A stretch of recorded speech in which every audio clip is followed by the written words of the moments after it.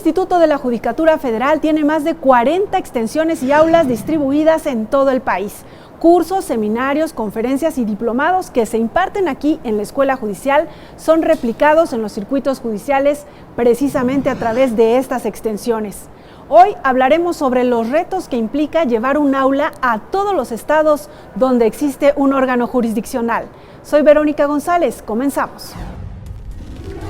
Hoy en Escuela Judicial conversaremos con Julio César Ceja Garnica, licenciado en Administración por la Universidad Nacional Autónoma de México, maestro en Administración Pública por la Universidad Anáhuac Norte. Él ingresó al Poder Judicial de la Federación en el año 2001 y se ha desempeñado en áreas de capacitación y recursos humanos, tanto en el Consejo de la Judicatura Federal como en la Escuela Judicial. El maestro Ceja Garnica ha participado en la profesionalización de más de 1,600 servidores públicos en nivel licenciatura, 280 en maestría y 19 en doctorado para el Consejo de la Judicatura Federal.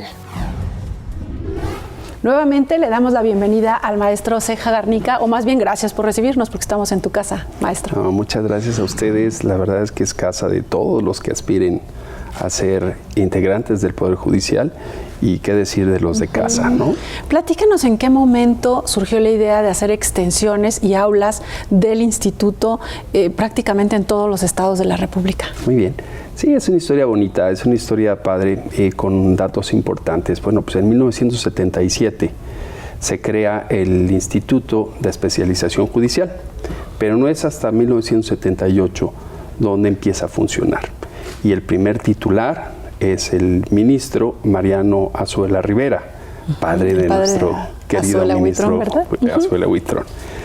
Más adelante, a partir de ese momento, hasta 1989, se crean, del 89 al 94, se crean alrededor de 8 aulas, extensiones, no aulas, son extensiones. Primero fueron la diferencia entre aulas y extensiones. Entonces, siendo estas pues, las más importantes en las ciudades más grandes, como Guadalajara, Monterrey, ¿no? Y es como se da inicio a esto que viene. Posterior a esto, en 1995, con la creación del Consejo, se le denomina a este Instituto de Especialización Judicial como Instituto de la Judicatura Federal. En ese momento se crean 2 más, entonces ya tenemos 11 extensiones en ese momento, ¿no? Más adelante, en 1999 ya con el magistrado Esquinca, ya se crean otras tantas y ya tenemos 16 en total. Entonces eso es del inicio del Instituto de Especialización Judicial hasta llegar al instituto. Cuando se pasa al instituto es el crecimiento más o menos así. Pero ahí se da un gran salto. De 1999 a la fecha, tenemos hoy en día 41 extensiones y 18 aulas a nivel nacional. Prácticamente una en cada estado de la Prácticamente República. Una en cada estado y en diversas ciudades. El caso específico podemos hablar de Tamaulipas, ¿no? Donde en Ciudad Victoria, Tampico, Nuevo Laredo y Matamoros existe un espacio. ¿Cuál es el objetivo de estas extensiones? Bueno, pues el principal es acercar a los servidores públicos y a los que aspiran de nuevo a la carrera judicial. Eso es la tarea prioritaria. Sin embargo, pues qué decir de aquellos que están, por ejemplo, en Agua Prieta, Sonora, que ya estamos pensando llegar hasta allá, el que tengan el acceso a la carrera y además la actualización. Durante este periodo de tiempo, hasta llegar al 99, fíjate que se tomaba video en algún lugar de la Ciudad de México y de ahí se mandaban de los cursos que estaban dando aquí, de los cursos que se están dando y que además en ese momento lo daban en su mayoría los ministros.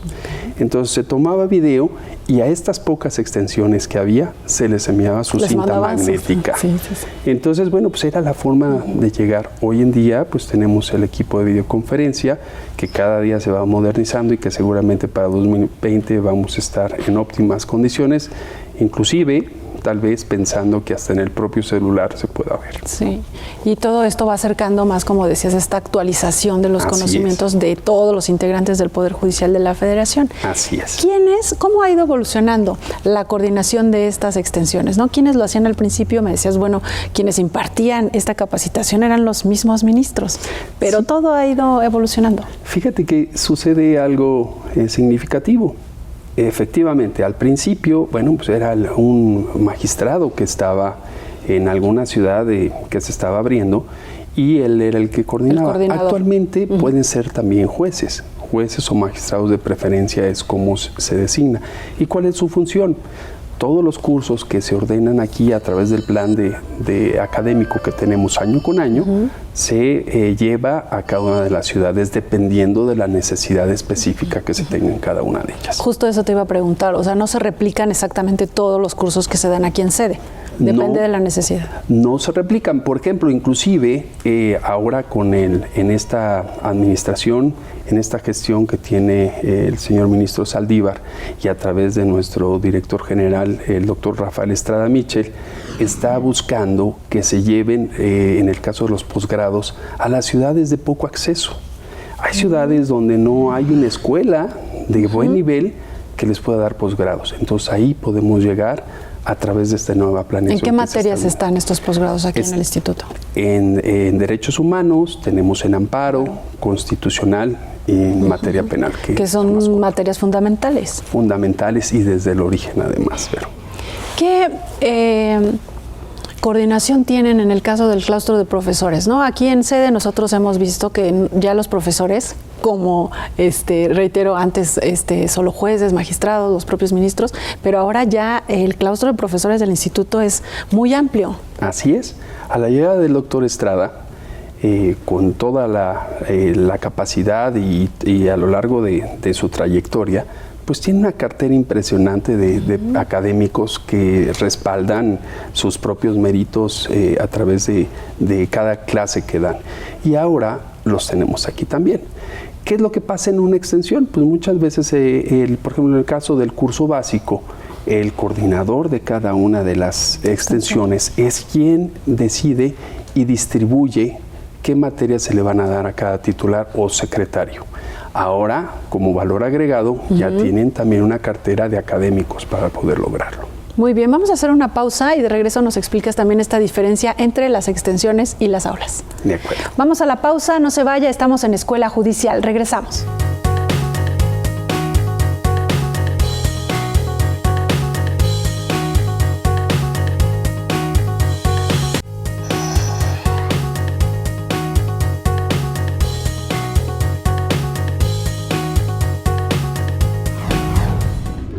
Ya estamos de regreso y estamos conversando sobre aulas y extensiones aquí en la Escuela Judicial.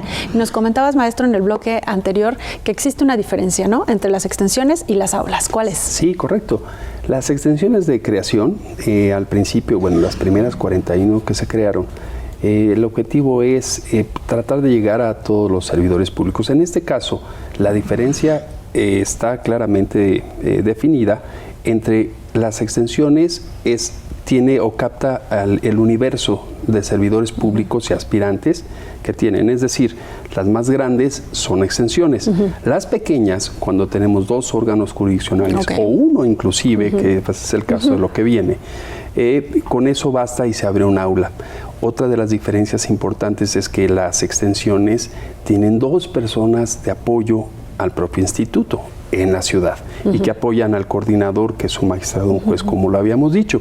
En el caso de las aulas que estamos sufriendo, y esperemos que esto pronto cambie, el personal que apoya la actividad propia de la escuela, que es demandante, es personal del mismo órgano. Entonces tiene un valor agregado, claro, todos aquellos. Además de sus tareas, tiene que estar pendiente. Tarea también tiene que estar al pendiente. Y a veces la actividad la realiza desde el chofer, un oficial administrativo, la secretaria particular, un CTA o incluso algún secretario de juzgado o de tribunal que esté a cargo de la misma. Nos decías que entonces actualmente son 41 extensiones y 18 aulas a nivel nacional. ¿Cuáles han sido las más recientes, digamos, en esta administración? En esta administración tenemos el aula Ensenada, el aula Tuxpan, El aula Villaldama, en caso específico, nos costó mucho trabajo llegar ahí y hoy tenemos ya un espacio para eso. Y también Tapachula. ¿Cuáles son los retos? Porque parecería sencillo, ¿no? Estamos hablando de un aula, estamos hablando de capacitación y entonces pues abran un espacio, ¿no? Acomódenlos y comiencen a capacitarlos. No es tan fácil. No es tan fácil y tenemos un ejemplo, no es uno, sino varios, donde algunos titulares con esta hambre de tratar de capacitar a su personal con el objetivo de que su sentencia sea lo más limpia posible, más clara, ¿no? Así como lo exige la ciudadanía, ellos mismos dicen, oye, yo tengo un espacio que es una bodeguita, pero que si le echamos ganas podemos utilizar 2, 3 metros más y la convertimos en un aula para 20 personas. Es bien importante que señalar que las personas más interesadas son nuestros propios titulares. Ellos son los que dicen, yo quiero y necesitamos capacitar al personal.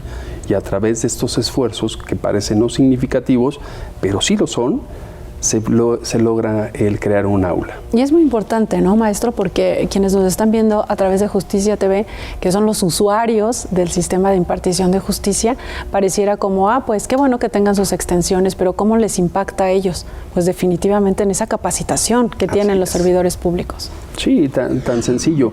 Incluso no solamente a nosotros, sino también al foro de la ciudad. Ciudades muy pequeñas. Claro, porque los cursos a muchos son abiertos, ¿no? Las conferencias. Así es. En el caso del tema de actualización es abierto, ¿no? Y se inscribe el personal, insisto, muchas veces pensando que también podrán estar de este lado, ¿no? ¿Sería el caso del curso básico, por ejemplo? ¿Ese lo llevan a todas las extensiones cada curso, año? Y en específico este año, seguramente ya nuestra compañera, la secretaria técnica Alejandra García, que es quien lleva el tema, pero a través de la estrategia que traía con el doctor Estrada y la doctora Mariana Durán, es llevar al mayor número durante 2020 de cursos abiertos en el país. Es decir, vamos a tratar de llegar a todas las ciudades que tenemos hoy. Y comentarte también algo importante, Vero. Si bien es cierto, tenemos 41 extensiones, como lo hemos dicho, y 18 aulas, también aquí en Ciudad de México, tenemos 5 que no son propiamente del instituto. Sin embargo, los administradores y, bueno, obviamente los señores consejeros que nos permiten ocupar esos recintos para poder dar esta capacitación, y es el caso de Prisma, de Revolución, de Periférico 2321. Diferentes edificios, ¿no? Del Poder Judicial. Diferentes edificios, así es. Que se utilizan, tienen sus auditorios y entonces ahí también se está impartiendo capacitación. Constantemente y todos los días, ¿no? A través del curso básico y el de Nociones Generales de Derecho. Y entonces recuérdanos, ¿tienen una meta para este año? O sea, sí, para crear nuevas. Sí, para 2020 tenemos pensado abrir Salina Cruz, que es un bastión de esos duros. Durante mucho tiempo hay historias que los primeros juzgados o el primer juzgado que se abrió con una mesa de esas de carta blanca, ¿no? Perdón por el comercial, de plástico, y ahí se podían proyectar. Bueno, pues sí, así de difícil ha sido el reto de llevar a un aula a Salina Cruz, y el doctor Estrada está pensando abrirlo para el siguiente año. Hay un detalle interesante, perdón que te interrumpa antes de que nos digas el otro, en cuanto a visitar estas aulas. Sí, parte de la dinámica que nosotros traemos iniciando el esfuerzo desde el doctor, es ir a visitarlas. El personal que vive todos los días y que trabaja a diario en un órgano jurisdiccional, en estos lugares como Cintalapa, como a veces Tapachula, a veces Nogales, le dan un valor agregado cuando alguien del instituto asiste a verlos cómo están trabajando. ¿Qué decir? Si es el caso de nuestro director general, que ha sido de sus metas llegar a todas las aulas del país, y así lo ha hecho. Hasta el momento ya lleva un buen número, ya estamos llegando al 70% del país, quedando pendientes. Maestro, como cualquier escuela, ¿no?, que los visite el director, pues te motiva. Vamos a hacer una pausa y ahorita nos regresas para comentarnos en qué otras aulas se van a crear. Vamos a la pausa y regresamos.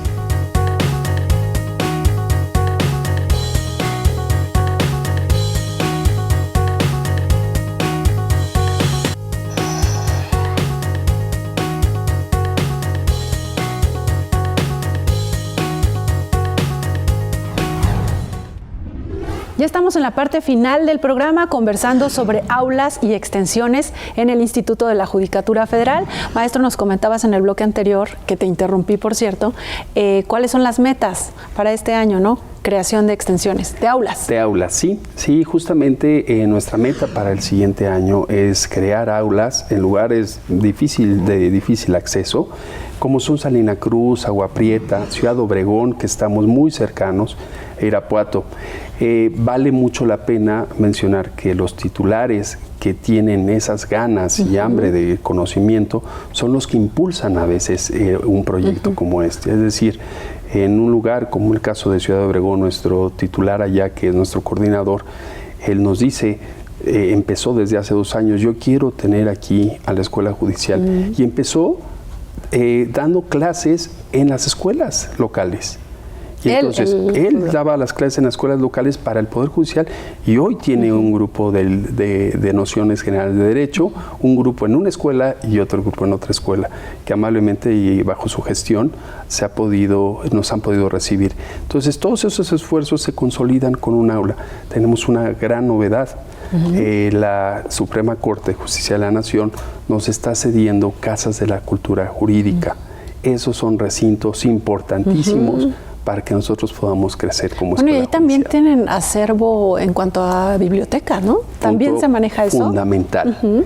Como ustedes saben, en las casas de la cultura jurídica tenemos N cantidad de expedientes históricos, ¿no? Y el acervo, Libros el acervo es tan extenso que cerca de 100,000 volúmenes estaremos teniendo ya bajo resguardo de la escuela judicial. Muy bien. Entonces son avances muy significativos que está teniendo esta escuela aquí, y también vale la pena mencionar en las extensiones donde trabajamos, que son las más grandes. En esas tenemos 2 personas, que son un oficial de servicio de mantenimiento y un oficial administrativo. Estas 2 personas son los que se encargan de la logística. En total, el 82. 82 en todo el país. 82 en todo el país. Buscaremos durante el 2020 se nos pueda dotar de una plaza para aquellas aulas, sobre todo las aulas que no tienen personal. Eso es un proyecto que tenemos en mano. Maestro, un poco encaminándonos a las conclusiones de nuestra charla, podríamos decir que este número de extensiones y aulas es un poco el reflejo del interés que tiene el Consejo de la Judicatura Federal a través del Instituto de la Judicatura Federal por todos los integrantes de este poder, de que estén capacitados, ¿no? Como decías, este interés que ellos muestran, ¿recibe este apoyo por parte de...? Sí, por supuesto. Tenemos retroalimentación muchas veces en redes y nos dicen, bueno, ¿y cuándo van a abrir en alguna ciudad? Sí, importante para nosotros poder llegar es que exista un órgano jurisdiccional. Eso es prioritario.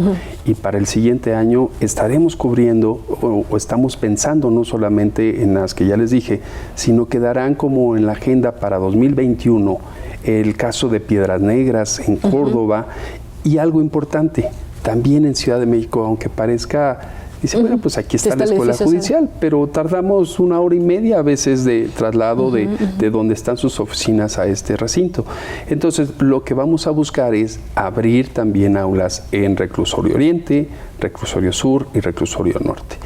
¿Esto qué quiere decir ya para concluir? Buscaremos la forma de que la escuela judicial llegue hasta el lugar más remoto posible. Un poco encaminándonos ya a la conclusión de nuestra charla, ¿podríamos decir que este número de extensiones y aulas que ya existen y las que nos comentas que se van a crear es el reflejo del interés que tiene el Consejo de la Judicatura Federal, por supuesto a través de la Escuela Judicial, de actualizar los conocimientos de todos los integrantes de este poder del Estado? O sea, ahí se ve el interés que se tiene. Así es.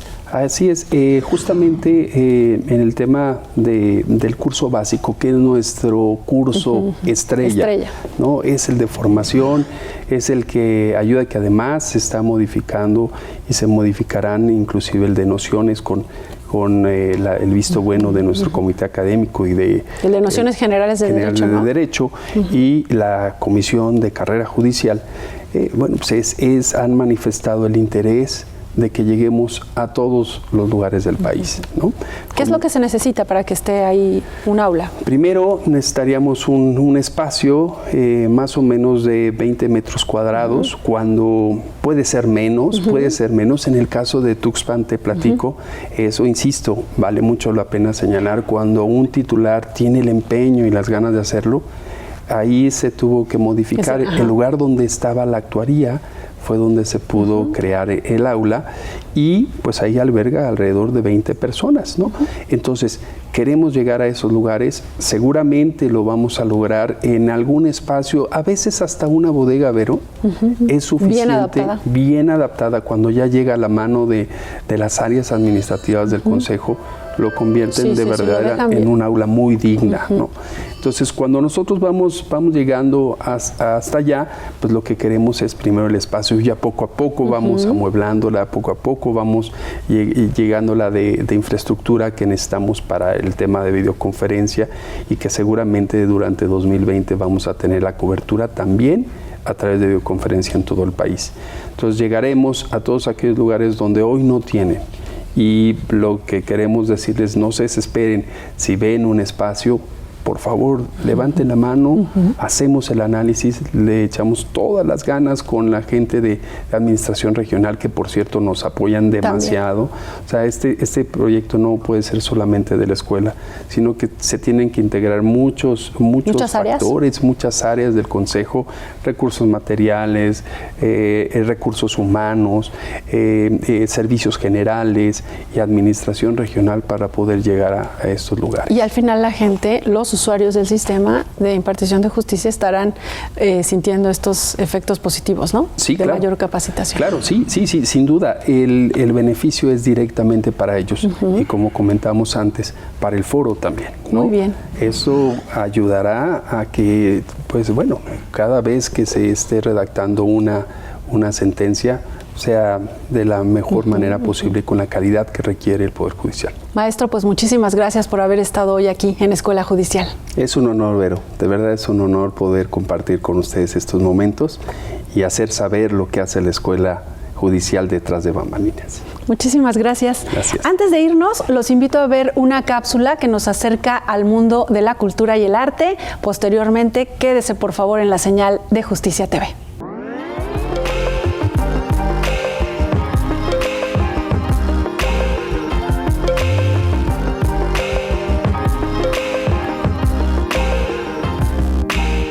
Hola, soy Carlos. Vamos a conocer el Museo de Memoria y Tolerancia. Bienvenidos.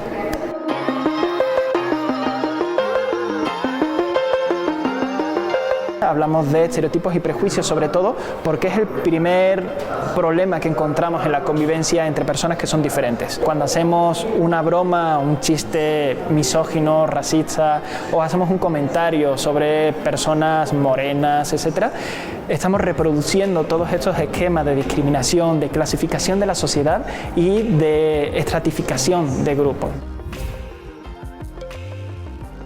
En ocasiones los visitantes piensan que los derechos humanos es algo que se tiene uno que ganar, ¿no? Algo que tenemos que hacer algo previo para que tengamos estos derechos, y por eso muchas veces no los defendemos, no los reivindicamos y no los respetamos. En muchas ocasiones nos cuestionan que los delincuentes tengan derechos humanos o que las personas que han cometido un crimen tengan estos derechos, y eso no es así, ¿no? Los derechos humanos no son cuestionables, no son restringidos a ciertas personas, no dependen de quién eres o de cómo te has comportado. Esto es algo que tenemos que exigir para todos. Se hace necesario generar un cambio de actitud que a veces solamente ocurre cuando somos conscientes, cuando conocemos qué está ocurriendo. Es importante que toda la sociedad y sobre todo los jóvenes comprendan la situación. Martin Luther King, Nelson Mandela o Gandhi. Estas personas no son dioses, no son personajes sobrenaturales, no son figuras que nacieron destinadas a lograr esto, sino que eran personas normales como cualquiera de nosotros. Cualquiera de nosotros puede llegar a ser lo que hicieron estos personajes que fue tan relevante.